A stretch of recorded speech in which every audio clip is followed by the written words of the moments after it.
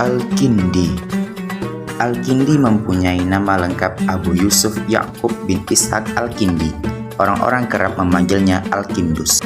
Ia berasal dari Arab Selatan dan lahir sekitar tahun 809 Masehi di Kufah.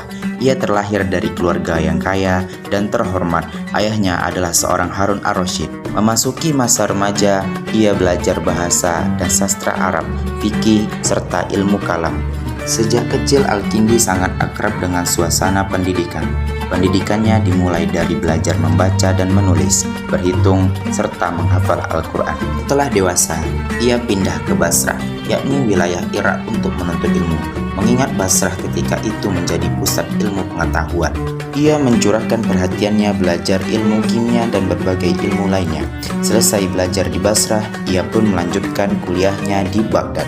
Dalam sejarah hidupnya, ia dikenal sebagai filsuf. Al-Kindi juga tersohor sebagai kimiawan, matematikawan, astronom, dokter, ahli geografi, bahkan ahli musik. Dalam karya-karyanya, ia banyak menyoroti masalah logika dan matematika. Ia juga menulis ulasan-ulasan atas buku Aristoteles.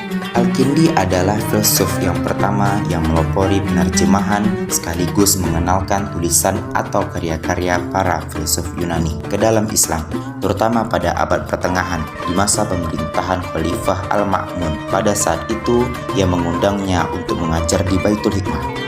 Ia dipandang sebagai filsuf Arab pertama, tidak hanya karena ia sebagai pecinta kearifan yang pertama di antara rekan-rekan sebangsanya, tetapi juga karena metode, sikap, dan juga penjagaannya terhadap bidang-bidang pendidikan yang baru. Dampak terbesar yang diberikan Al-Kindi adalah terbukanya pintu-pintu filsafat bagi ilmuwan muslim. Umat muslim pada zaman dahulu amat menentang untuk mempelajari ilmu filsafat, karena dikhawatirkan akan menyebabkan berkurangnya rasa hormat pada Tuhan.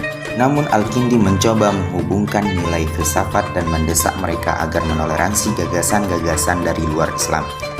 Al-Kindi menjembatani kesenjangan antara pendekatan-pendekatan intelektual setengah hati dengan sifil filsafat yang keras dari rekan-rekan muslim sezamannya. Pendekatan dan sikap inilah yang memberikan ia gelar filosof atau filsuf, karena apa yang ia perkenalkan dalam filsafat ini sebenarnya hanya sedikit mengundang ide-ide asli daripadanya, sekalipun ia memiliki pemikiran bebas. Pandangan Al-Kindi tentang filsafat berbeda dengan filsuf Yunani seperti Aristoteles dan Plato. Salah satunya masalah penciptaan yang selalu menjadi persoalan karena memiliki hubungan dengan keesaan Tuhan.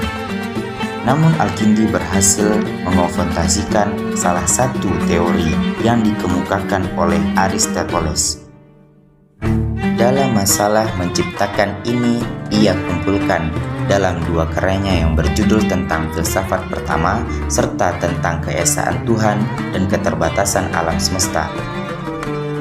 Filsafat Al-Kindi tidak hanya berhenti pada tahap teori filsafat pada halnya metafisika wujud dan ketuhanan ataupun filsafat mengenai alam.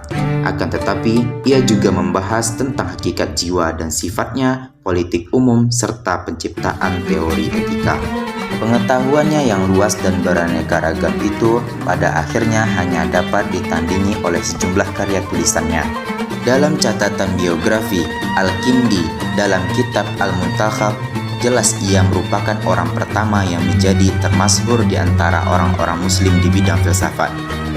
Terjemah-terjemahannya serta koreksi-koreksinya terhadap karya-karya aslinya sendiri menjadikannya sebagai penggerak ilmu pengetahuan untuk bisa melangkah pada saat ini. Dirinya lah yang memperkenalkan masalah-masalah metafisika, psikologi, etika, serta pendekatan yang didasarkan atas metode logika dan ilmiah kepada Muslim Arab. Para ilmuwan Arab menganggapnya sebagai pendiri filsafat Muslim Arab, filsuf sempurna, dan pemikir yang bijak. Karya-karyanya yang luar biasa menempatkannya pada posisi tertinggi di bidang ilmu pengetahuan. Al-Kindi sangat mengagumi pemikiran-pemikiran filsuf Yunani Romawi. Ia sangat terinspirasi oleh dua filsuf besar Yunani, yaitu Aristoteles dan Plotinus. Pengaruh dua tokoh tersebut terlihat pada karya-karyanya. Menurut Al-Kindi, agama dan filsafat tidak mungkin bertentangan. Agama disandingkan dengan wahyu juga menggunakan akal, dan demikian pula dengan filsafat. Al-Kindi juga menyinggung soal jiwa manusia. Menurutnya, jiwa tidaklah tersusun. Substansinya adalah ruh berasal dari substansinya Tuhan. Kejiwaannya, Al-Kindi lebih ke arah pandangan Plato yang mengatakan bahwa hubungan jiwa dan badan sangat berhubungan.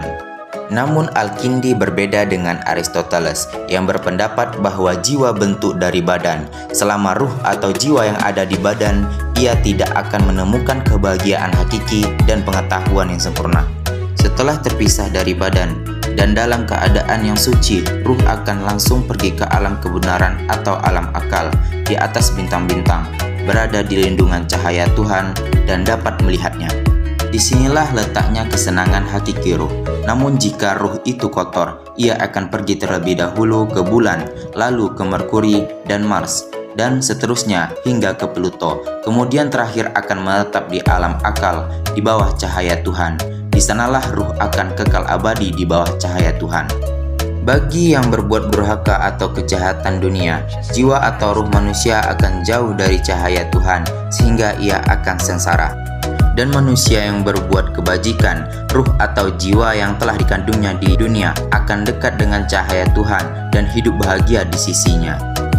Karena itulah Al-Kindi dianggap filosof Muslim pertama yang membahas hakikat ruh secara terperinci.